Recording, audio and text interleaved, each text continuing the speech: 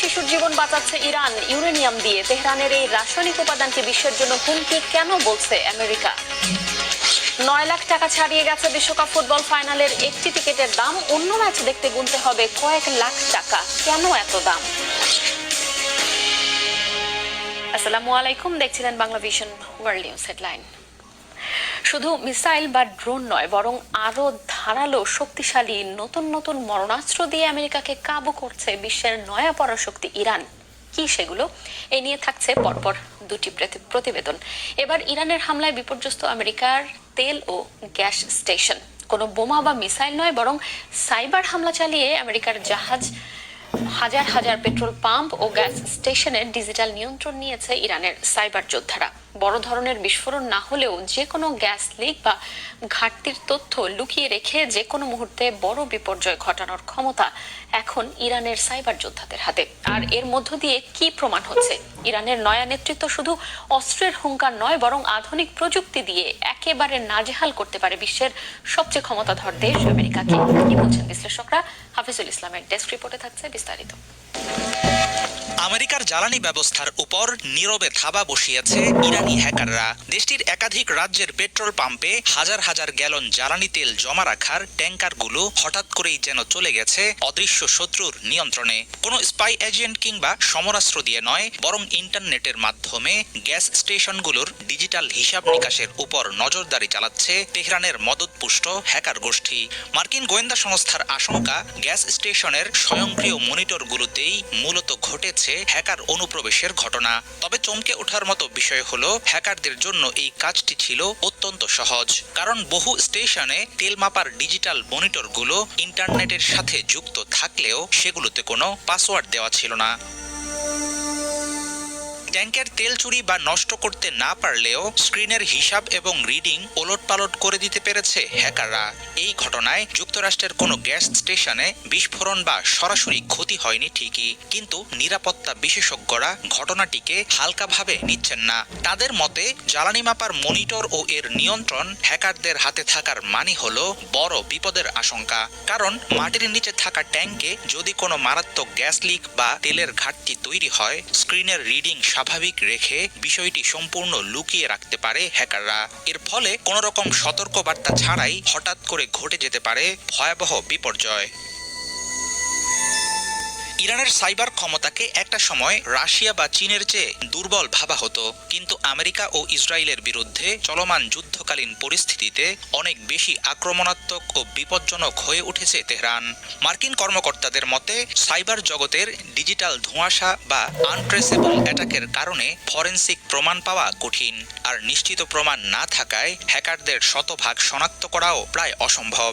তবে মার্কিন গোয়েন্দাদের দাবি, ইরানের অতীত ট্র্যাক রেকর্ড এবং গোপন কিছু নথিপত্র ইঙ্গিত দিচ্ছে গ্যাস স্টেশনের মনিটর হ্যাকিং এর পেছনে ইরান সংশ্লিষ্ট কোনো হ্যাকার গোষ্ঠী দায়ী। দেশটির ফার্স প্রদেশে প্রথম প্রায় 54,000 নবজাতকের পরীক্ষা করা হয়। ক্যান্সার, হৃদরোগ সহ বিভিন্ন রোগ নির্ণয়ে ব্যবহার হচ্ছে এই ইউরেনিয়াম প্রযুক্তি। তাহলে কি বিশ্বকে ভুল ভয় দেখাচ্ছে আমেরিকা ও ইসরায়েল? শহীদ আরাফাতের ডেস্ক রিপোর্ট। ইরানের বিরুদ্ধে পারমাণবিক অস্ত্র তৈরির চেষ্টার অভিযোগ যুক্তরাষ্ট্রের। চলমান যুদ্ধের এটাও একটি বড় কারণ। ইউরেনিয়াম ধ্বংসের প্রতীক হিসেবে চিহ্নিত হলেও পারমাণবিক শক্তির শান্তিপূর্ণ ব্যবহারে উৎপন্ন হচ্ছে বিদ্যুৎ। আর যে ইরানের পরমাণু শক্তি নিয়ে জুজুর ভয় দেখাচ্ছে যুক্তরাষ্ট্র, সেই ইরানে ইউরেনিয়াম দিয়ে রক্ষা করা হচ্ছে লাখো নবজাতকের জীবন। শুনতে সিনেমার মতো হলেও এটি বাস্তব পৃথিবীর এক জটিল সত্য। পরমাণু প্রযুক্তি ব্যবহার করে ইরানে প্রতিটি শিশুর জন্মের মাত্র 3 থেকে 5 দিনের মধ্যেই শনাক্ত করা সম্ভব হচ্ছে 58 ধরনের জটিল বংশগত রোগ। যেসব রোগ সময় মতো ধরা না পড়লে শিশুর মস্তিষ্কের স্থায়ী ক্ষতি, খিঁচুনি, প্রতিবন্ধকতা, এমনকি মৃত্যুও হতে পারে। ইরানে জন্ম নেওয়া প্রতিটি শিশুর পায়ের গোড়ালি থেকে কয়েক ফোঁটা রক্ত নিয়ে করা হচ্ছে এই পরীক্ষা।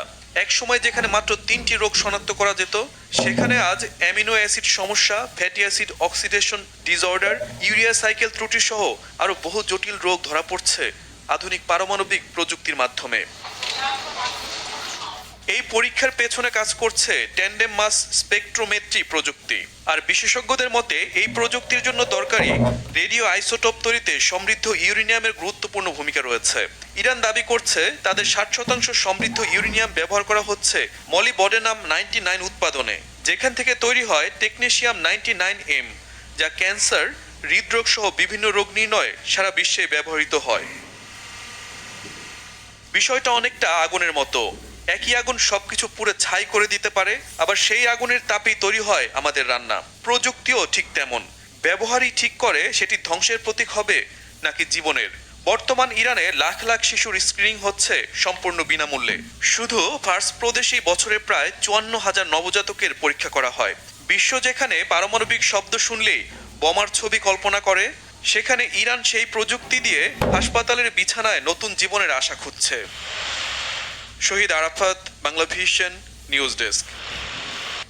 যুদ্ধবিরতির মেয়াদ আরও ৪৫ দিনের জন্য বাড়াতে সম্মত হয়েছে লেবানন ও ইসরায়েল। শুক্রবার ওয়াশিংটনে আলোচনার পর এই সিদ্ধান্তে আসে দেশ দুটি। যুক্তরাষ্ট্রের পররাষ্ট্র দফতরের মুখপাত্র টমি পিগট জানান, 2 দিনের বৈঠকের পর যুদ্ধবিরতির মেয়াদ বাড়ানোর বিষয়টি চূড়ান্ত হয়েছে। জুনে এই নিয়ে আরও বিস্তারিত আলোচনা হবে।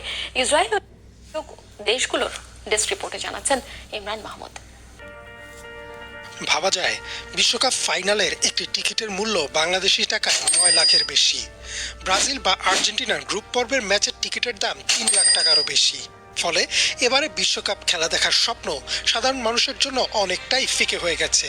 বিভিন্ন আন্তর্জাতিক সংবাদ মাধ্যমের প্রতিবেদন থেকে জানা যাচ্ছে এবারে বিশ্বকাপের টিকিটের দাম ফিফার ইতিহাসে সবচেয়ে বেশি। বিশেষ করে গত কাতার বিশ্বকাপের তুলনায় এবারে টিকিটের দাম বেড়েছে প্রায় 400%। বাংলাদেশি টাকায় হিসাব করলে এই টিকিটের দাম শুনলে যে কারো চোখ কপালে উঠবে। ফিফার অফিসিয়াল সাধারণ ক্যাটাগরির টিকিটগুলোর দামই শুরু প্রায় 120 মার্কিন ডলার, যা বাংলাদেশি টাকায় প্রায় 14,000 টাকার মতো। তবে কেউ যদি আর্জেন্টিনা, ব্রাজিল বা বড় কোনো ম্যাচ দেখতে চায়, তবে গ্রুপ পর্বে একটি সাধারণ টিকিটের জন্য গুনতে হবে 410 থেকে 2700 ডলারের বেশি বাংলাদেশি টাকায়, যা প্রায় 48,000 টাকা থেকে শুরু করে 3 লাখ টাকার ওপরে। আর যদি স্বপ্নের ফাইনাল ম্যাচের কথা বলা হয়, তবে সাধারণ ক্যাটাগরির টিকিটের অফিসিয়াল দামই 1500 ডলার থেকে শুরু করে 7,800 ডলার পর্যন্ত নির্ধারণ করা হয়েছে বাংলাদেশি টাকায়, যা দাঁড়ায় 9 লাখ টাকার বেশি। জেটপ্যাক গ্লোবাল নামক একটি বৈশ্বিক ভ্রমণ ও ক্রীড়া সংস্থার তথ্য মতে 2022 সালের কাতার বিশ্বকাপের তুলনায় এবার টিকিটের দাম অস্বাভাবিক রকম বৃদ্ধি পেয়েছে।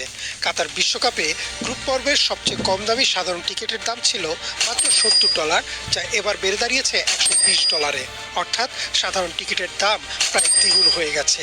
আরও বড় ধাক্কা এসেছে ভালো মানের টিকিটের ক্ষেত্রে। কাতার বিশ্বকাপ ফাইনাল ম্যাচের সবচেয়ে দামি অফিসিয়াল টিকিটের দাম ছিল $16, অথচ এবার বিশ্বকাপ ফাইনাল ম্যাচের সেই একই মানের টিকিটের দাম নির্ধারণ করা হয়েছে প্রায় $7,875। এর মানে দাঁড়ায় কাতারের তুলনায় এবার ফাইনালের অফিসিয়াল টিকিটের দাম সরাসরি প্রায় 4 গুণ বা 400% বৃদ্ধি পেয়েছে। টিকিটের এই মাত্রাতিরিক্ত দামের কারণে বিশ্বজুড়ে ফুটবল প্রেমীরা এবং বিভিন্ন ফুটবল সমর্থক গোষ্ঠী একে ধনীদের বিশ্বকাপ বলে আখ্যায়িত করছে।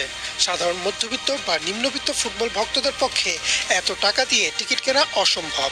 শুধু টিকিটই নয়, স্টেডিয়ামের পার্কিংয়ের ভাড়ায় নির্ধারণ করা হয়েছে $100 থেকে $300, যা বাংলাদেশি টাকায় প্রায় 12 থেকে 35,000 টাকা। ফলে গ্যালারিতে বসে খেলা দেখার সুযোগ শুধু ধনকুবের, কর্পোরেট ব্যক্তিত্ব এবং উচ্চবিত্তদের ভাগ্যেই জুটবে। টিকিটের এই চড়া দামের পেছনে মূল কারিগর ফিফা নিজেই। এই সংস্থাটি টিকিটের দাম নির্ধারণ করে থাকে এবং টিকিট বিক্রি থেকে পাওয়া সিংহভাগ মুনাফা বা অর্থ সরাসরি ফিফার তহবিলে জমা হয়। ফিফা প্রেসিডেন্ট জিয়ানি ইনফান্তিনো টিকিটের এই দামের পক্ষে যুক্তি দিয়ে বলেছেন, টিকিটের চাহিদা অভূতপূর্ব হওয়ায় এই দাম নির্ধারণ করা হয়েছে। তবে এই দামের পেছনে মার্কিন যুক্তরাষ্ট্র, কানাডা ও মেক্সিকোর যৌথ আয়োজক হওয়া, বিশেষ করে যুক্তরাষ্ট্রের বাজারের বড় ভূমিকা রয়েছে।